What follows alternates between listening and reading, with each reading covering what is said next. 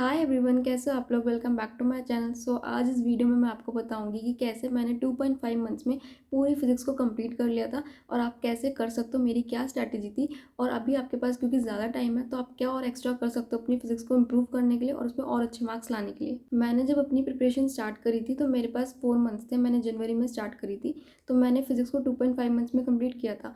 तो आप कैसे कर सकते हो वो सारी स्ट्रैटेजी मैं आपको बताऊंगी कि मेरी क्या स्ट्रैटेजी थी और अभी आपको क्या एक्स्ट्रा और करना है ताकि आप जो लेटेस्ट पैटर्न है जिसमें फिजिक्स का लेवल थोड़ा हाई आ रहा है तो उसको कैसे आप अचीव कर सकते हो सब भी मैं बताऊंगी। तो वीडियो को एंड तक देखना, आपके लिए बहुत ज़्यादा यूज़फुल होने वाली है ये वीडियो। ऑल्सो मैंने सेल्फ स्टडी करी थी अपने टाइम पे, तो जितने भी बच्चे सेल्फ स्टडी कर रहे हैं आपके लिए बहुत ज़्यादा यूज़फुल होगी ये वीडियो, बिकॉज मैं यहाँ पे जितने भी रिसोर्सेज बताऊंगी जो आपको फॉलो करने चाहिए वो सब कुछ आपको फ्री में अवेलेबल मिल जाएंगे मेरे पर्सनल टेलीग्राम चैनल पे।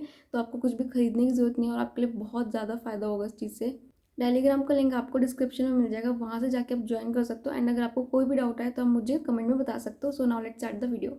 तो सबसे पहले तो जितने भी बच्चे अपनी प्रिपरेशन अभी स्टार्ट कर रहे हैं उनको ये डाउट आ रहा है कि अभी भी सिलेक्शन लेना पॉसिबल है, क्या लेट तो नहीं हो गया है, अगर हम अभी स्टार्ट करें तो क्या हमारा नीट में सिलेक्शन हो पाएगा।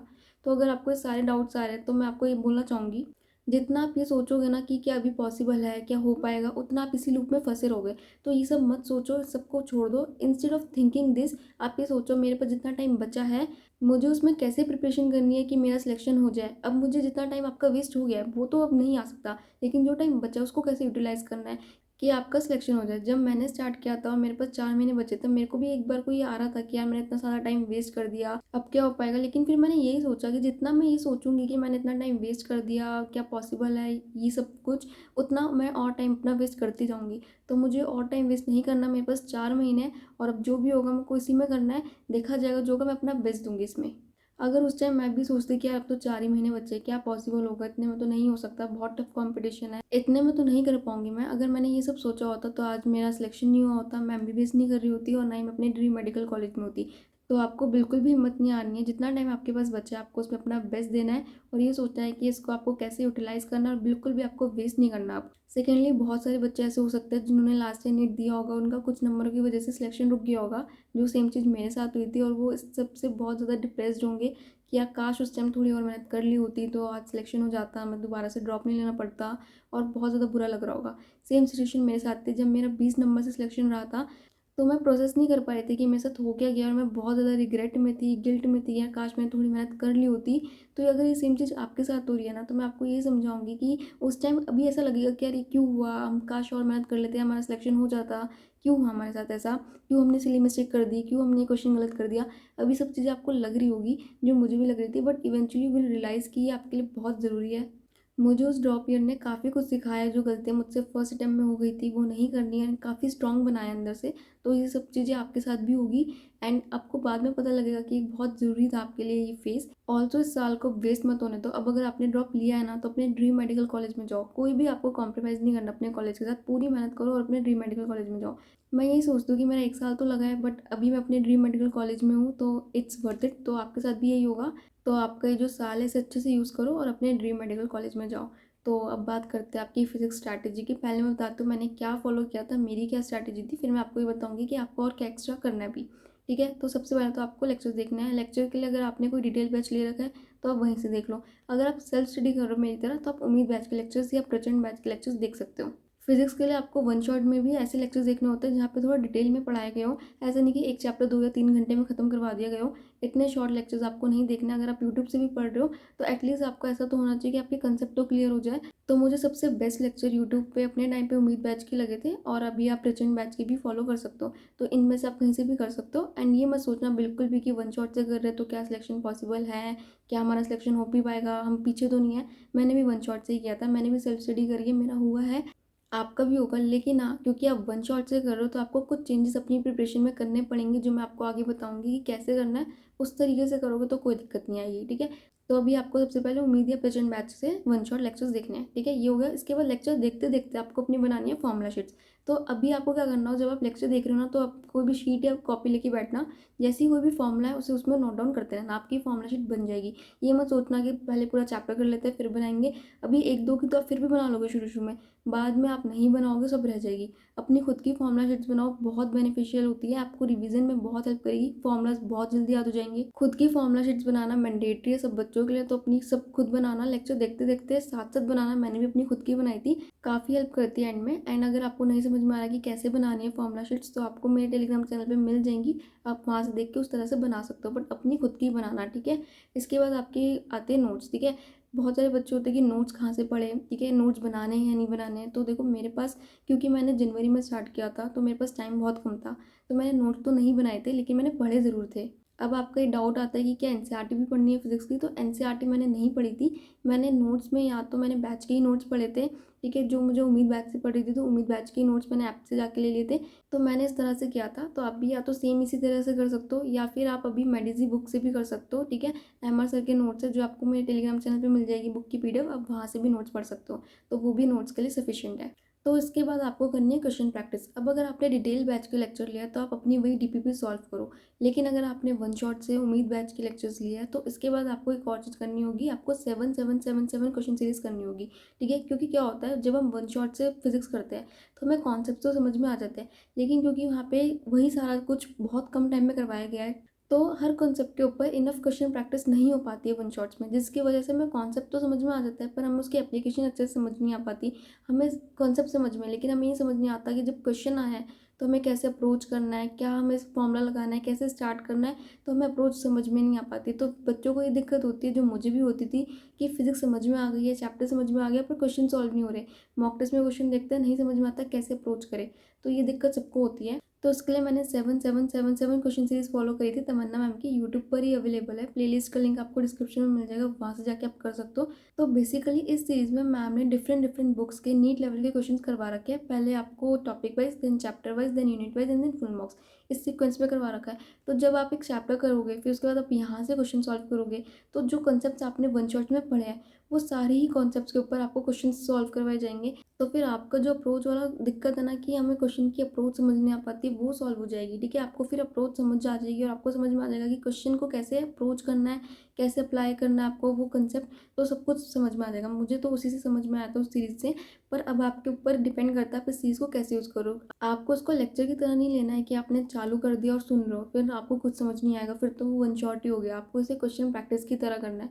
तो आप पेन पेपर लेकर बैठोगे, क्वेश्चन आएगा, आप सॉल्व करने का ट्राई करोगे, ठीक है। अगर आपसे सॉल्व हो गया फिर आप आंसर चेक करोगे, सही आया तो नेक्स्ट क्वेश्चन पे जाओगे, गलत आया तो देखोगे कि क्यों नहीं हुआ, कौन से स्टेप पे गलती हो गई थी, क्या फॉर्मूला गलत लगाया था, कैलकुलेशन एरर हुई थी, क्या समझ नहीं आया, क्वेश्चन आपने गलत पढ़ा, क्या दिक्कत हुई, वो चीज़ देखोगे, समझोगे, तभी आपको क्वेश्चन की अप्रोच समझ में आएगी।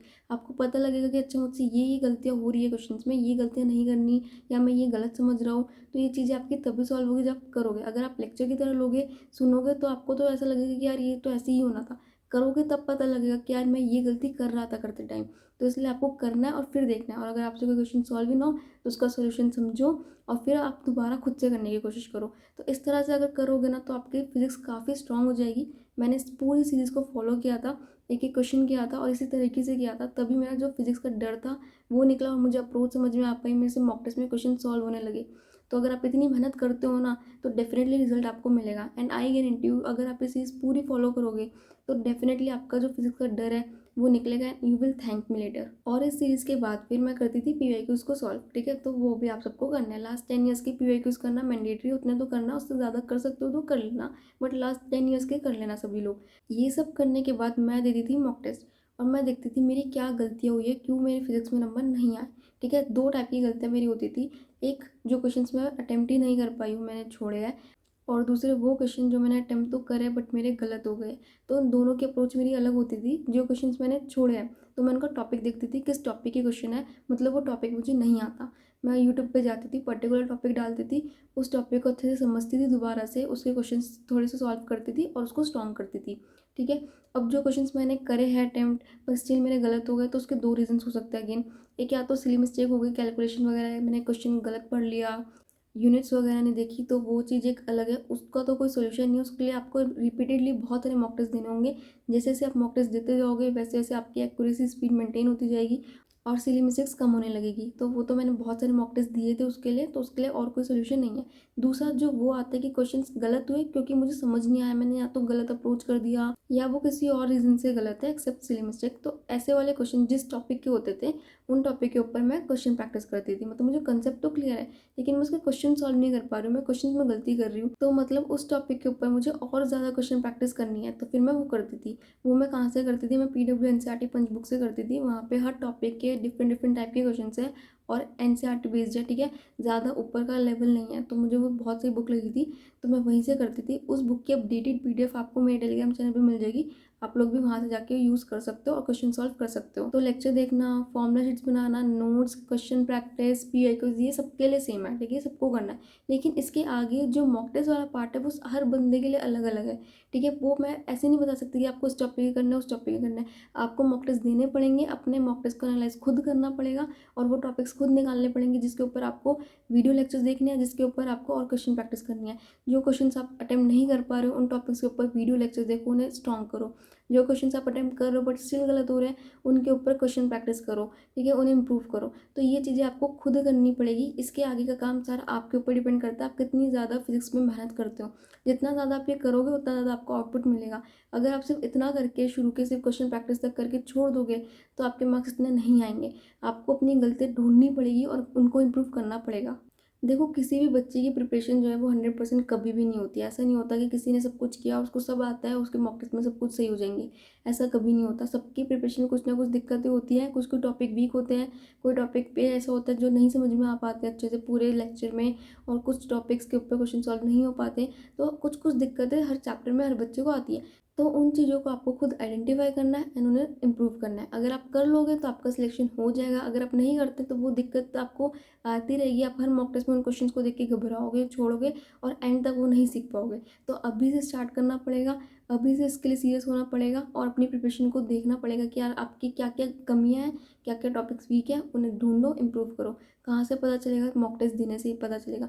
काफ़ी सारे बच्चे डर के मारे मॉक टेस्ट नहीं देते, जो कि बहुत बड़ी गलती है। अगर आप मॉक टेस्ट ही नहीं दोगे तो आप आगे की गलतियाँ कैसे पता लगाओगे अपनी? अगर आपने अपनी प्रिपरेशन स्टार्ट कर रखी है तो आपको मॉक टेस्ट देना स्टार्ट कर देना चाहिए अब। और अगर आप अभी स्टार्ट करोगे तो अभी आप कोशिश करो कि 15-20 दिन बाद आप भी स्टार्ट कर दो मॉक टेस्ट देना, ठीक है। पार्ट टेस्ट से स्टार्ट करो और अपना जितना जितना पोर्शन करते जा रहे हो उसके पार्ट टेस्ट देते जाओ। अभी से साथ साथ दोगे तो जो जो गलतियाँ हो रही है, जो जो टॉपिक्स वीक है, वो भी साथ साथ इंप्रूव होते जाएंगे। अगर लेट करोगे फिर बाद में दिक्कत आएगी, ठीक है। काफ़ी सारे बच्चे डरते हैं मॉक टेस्ट देने से कि मार्क्स कम आ जाएंगे, डीमोटिवेशन होगी, स्किप कर देते हैं।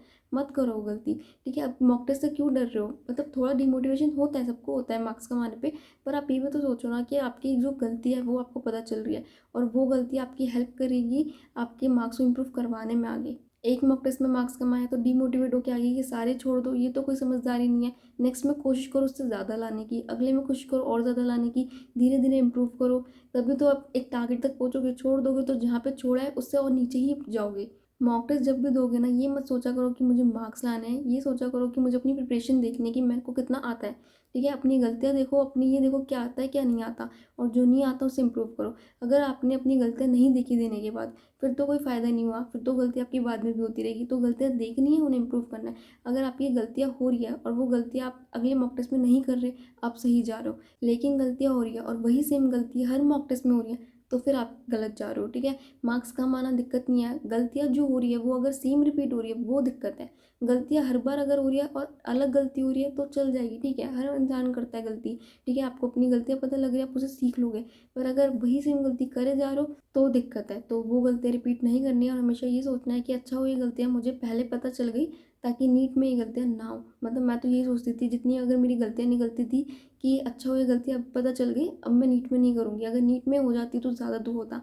तो ये सोचो ना कि मॉक टेस्ट में तो हो रही है, नीट में नहीं करनी ना, वहाँ नहीं होनी चाहिए। तो वहाँ तभी नहीं होगी जब अभी से आप सीखते चलोगे। तो ये सारा प्रोसेस है, इसको करो, छोड़ना कुछ नहीं है। एंड अगर आप लोग सोच रहे हो कि मैंने 2.5 महीने में कैसे कंप्लीट किया सारा सिलेबस, तो मैं अपना बताती हूँ। मैंने कोई प्लान वगैरह नहीं बनाया था, ठीक है। मैंने मॉक टेस्ट को ही टारगेट रखा था। मैं एक टारगेट रखती थी कि मुझे 10 दिन बाद ये मॉक टेस्ट देना है, उसका जितना भी सिलेबस होता था मैं वो कंप्लीट करती थी। वो फिजिक्स का हो, केमिस्ट्री का हो, बायो का, सबका, ठीक है, तीनों सब्जेक्ट्स का मैं कंप्लीट करती थी और फिर मैं मॉक टेस्ट देती थी।